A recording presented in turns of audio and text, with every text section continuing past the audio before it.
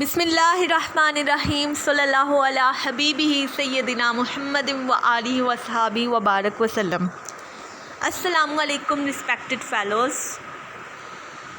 आज हम एक नई जनरल नॉलेज की सीरीज़ स्टार्ट करने जा रहे हैं। इसमें हम वन बाय वन जो इम्पोर्टेंट टॉपिक्स हैं जनरल नॉलेज के, उनके रिलेटेड जो जनरल इंफॉर्मेशन है जो कि इम्पोर्टेंट होगी, उसको हम लोग जो है डिस्कस करेंगे और उनके मुतालिक जो है वो ब्रीफ नोट्स तैयार करके उनको हम लोग रिमेंबर करेंगे।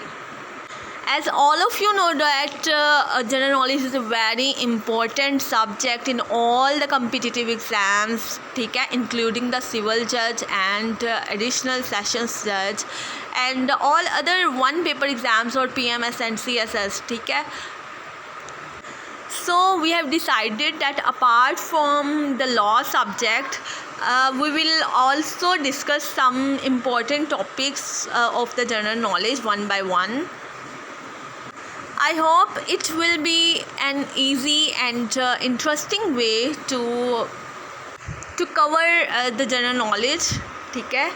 और आज हम लोगों ने जो टॉपिक सेलेक्ट किया है वो है United Nations.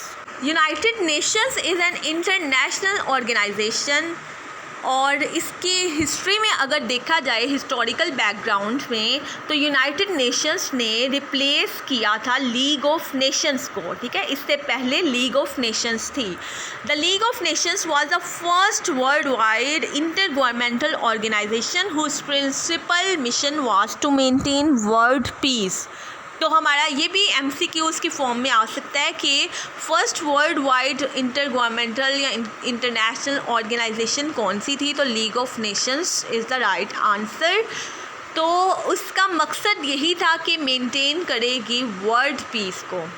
League of Nations was founded on 10 जनवरी 1920. हमने ये भी याद रखना है कि 10 जनवरी 1920 को लीग ऑफ नेशंस फाउंड की गई थी और ये पेरिस पीस कॉन्फ्रेंस के ज़रिए से फाउंड की गई थी जिसने कि एंड कर दिया था फर्स्ट वर्ल्ड वॉर को.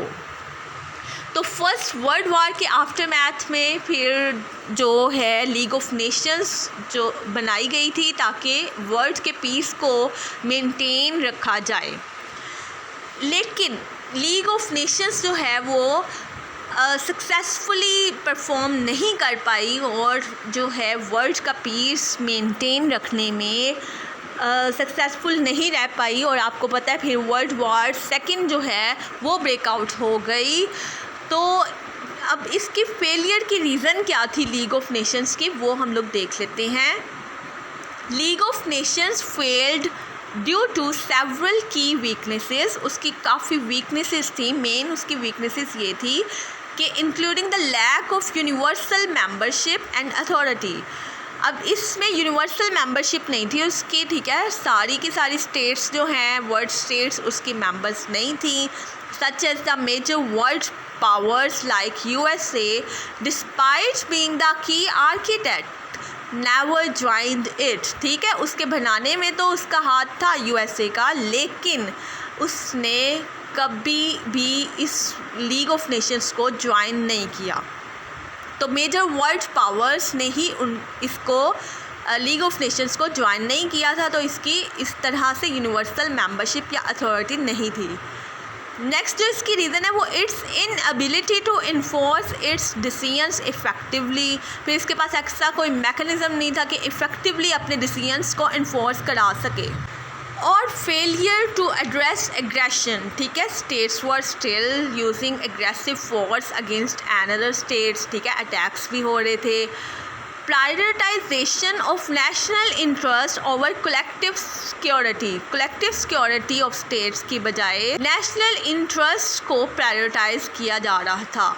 ग्लोबल इकोनॉमिक क्राइसिस भी इसकी अनदर रीज़न थी failure of league of Nations की. तो it was formally disbanded on April 19th 1946. अब हमने याद रखना है कि 1920 और वो जनवरी की 10th डेट थी. 10 जनवरी 1920 को लीग ऑफ नेशंस फाउंड की गई थी और ये फॉर्मली डिसबैंड कर दी गई थी, एंड कर दी गई थी अप्रैल 1946 को, and all its powers and functions were transferred to United Nations. अब आपको पता लग गया है कि यूनाइटेड नेशंस से पहले जो थी वो लीग ऑफ नेशंस थी, जो कि इसकी प्रिकर्सर ऑर्गेनाइजेशन कह सकते हैं। यूनाइटेड नेशंस ने इसको रिप्लेस किया था। अब हम लोग इसको देख लेते हैं कि यूनाइटेड नेशंस की फाउंडिंग कैसे हुई। United Nations was established on 24 अक्टूबर 1945। ठीक है, 1945 में 24 अक्टूबर को ये इस्टेब्लिश हो चुकी थी यूएन, ठीक है, United Nations, following the devastation of second world war. ठीक है, सेकेंड वर्ल्ड वॉर के आफ्टर मैथ में वर्ल्ड पीस को मेंटेन करने के लिए एक सक्सेसफुल और यूनिवर्सल मेंबरशिप रखने वाली और यूनिवर्सल अथॉरिटी रखने वाली एक ऑर्गेनाइजेशन की ज़रूरत थी। तो यूएन इस्टेब्लिश की गई थी 24 अक्टूबर 1945। डेट्स को हमने जो है वो जहन नशीन करते जाना है। 10 जनवरी 1920 को लीग ऑफ नेशन फाउंड की गई और उसको डिसबैंड कर दिया गया या एंड कर दिया गया 19 अप्रैल 1946 को। उससे पहले ही यूनाइटेड नेशंस को इस्टेब्लिश कर दिया गया था। ठीक है, after the devastation of second world war की तबाही के बाद। ठीक है, 24 अक्टूबर 1945 में यूएन इस्टेब्लिश की गई। It replace the League of Nations. 50+ countries signed UN charter. तो 50 से अबव, ठीक है, 50 कंट्रीज़ ऑलमोस्ट जो थी उन्होंने साइन किया था यूएन के चार्टर को इन सैन फ्रांसिस्को में at the conclusion of the United Nations conference on international organisation. ठीक है, इस जो है कॉन्फ्रेंस में के इख्तिताम पर सैन फ्रांसिस्को में यूएन चार्टर को साइन किया था 50+ कंट्रीज़ ने।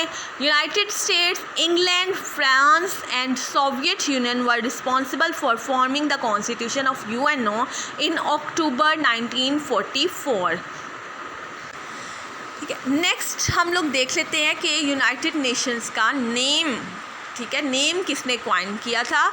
तो the name United Nations was coined by USA president Franklin D Roosevelt on June 26, 1945। ठीक है, इसकी डेट्स भी और इनके नेम्स भी जिन्होंने कि ये नेम्स सजेस्ट किया है या फिर जो भी इम्पोर्टेंट डेट्स वगैरह और नेम्स वगैरह भी हमने जहन नशीन करने हैं।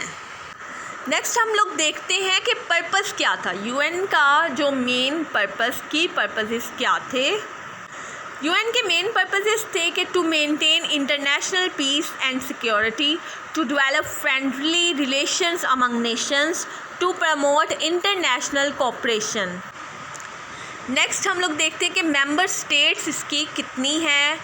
ठीक है, member states, it has 193 member states representing nearly all of the world's countries. तो तकरीबन सारी ही जो वर्ल्ड की कंट्रीज़ हैं वो इसकी मेंबर स्टेट्स हैं। ठीक है, 193 मेंबर स्टेट्स हैं और 2 ऑब्जर्वर स्टेट्स हैं, वेटिकन सिटी और पैलेस्टीन।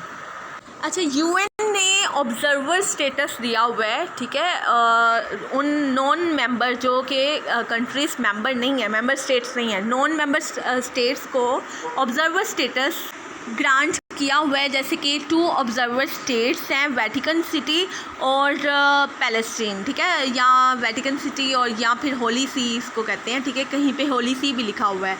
तो ऑब्ज़र्वर स्टेट्स जो हैं उनका सिर्फ ऑब्ज़र्वर का स्टेटस होता है और वो लिमिटेड उनको राइट्स होते हैं to participate in the UN activities. ठीक है, और as these countries have the right to speak in the UN general assemblies meeting but they can not vote.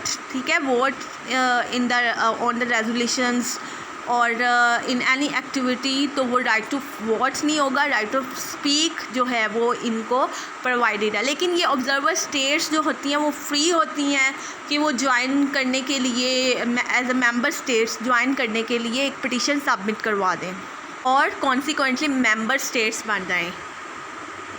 अब हम देख लेते हैं कि date of joining of some Muslim member countries जो हैं वो जो मोस्टली रिपीटेड हुई या पास पेपर्स वगैरह में या मोस्ट इम्पॉर्टेंट है तो वो देख लेते हैं।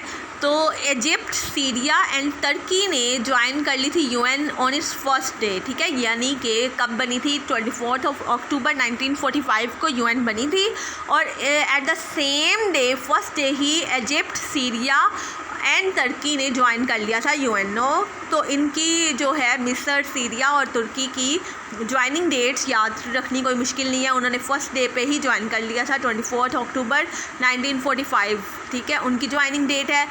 Pakistan and Yemen gained the membership of UN on सितंबर 30, 1947, ठीक है, 30 सितंबर 1947 को पाकिस्तान ने भी मेंबरशिप हासिल की थी और यमन ने भी।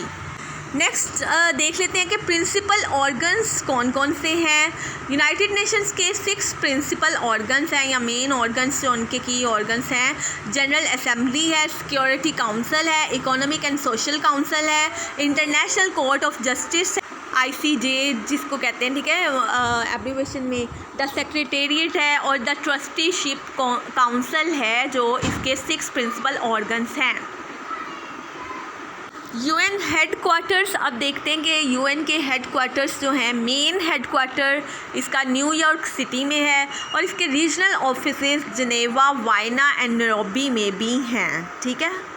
नेक्स्ट इसके देख लेते हैं ऑफिशियल लैंग्वेजेस कितनी हैं। तो there are 6 official languages of the United Nations. Arabic, Chinese, English, French, Russian and Spanish are the official languages. लेकिन इसकी वर्किंग लैंग्वेजेस जो हैं वो 2 हैं, इंग्लिश और फ्रेंच, ठीक है। ऑफिशियल लैंग्वेजेस 6 हैं और वर्किंग लैंग्वेजेस 2 हैं जो कि इंग्लिश और फ्रेंच है। फोकस एरियाज़ जो यूएन जो है वो works on a wide range of issues including peace and security, economic and social development, human rights, humanitarian assistance and international law, ठीक है, ये इसके फोकस एरियाज़ हैं। और यूएन का मोटो क्या है, अगर इसको देखा जाए तो ये कहते हैं कि इट्स योर वर्ड, ठीक है, ये यूएन का मोटो है। और जो है लास्ट में हम लोग देख लेते हैं कि यूएन फ्लैग को जो है यूएन का फ्लैग डिज़ाइन किया गया था, अमेरिकन आर्किटेक्ट थे डोनाल्ड मैक्लाफ्लिन, ठीक है, सिर्फ एम्बलम उन्होंने डिज़ाइन किया था। और यूएन का एम्बलम किससे कंसिस्ट होता है, consist of global map projected from South Pole and embraced in twin olive branches. ये इसकी आपके लिए पिक्चर भी मैंने शेयर कर दी है, ये ग्लोबल मैप है, ठीक है, और उसको कवर किया हुआ है 2 ऑलिव ब्रांचेस ने। तो ये यूएन का जो इम्पोर्टेंट टॉपिक था बहुत ज़्यादा, ये इंटरनेशनल लॉ के रिलेटेड भी इम्पोर्टेंट टॉपिक है, इसके अलावा जनरल नॉलेज के रिलेटेड भी बहुत ज़्यादा इम्पोर्टेंट टॉपिक है। तो इसको हम लोगों ने इन डिटेल देख लिया है। इंशाल्लाह नेक्स्ट में कोई और टॉपिक डिस्कस करेंगे in detail. Thank you so much. अल्लाह हाफिज़।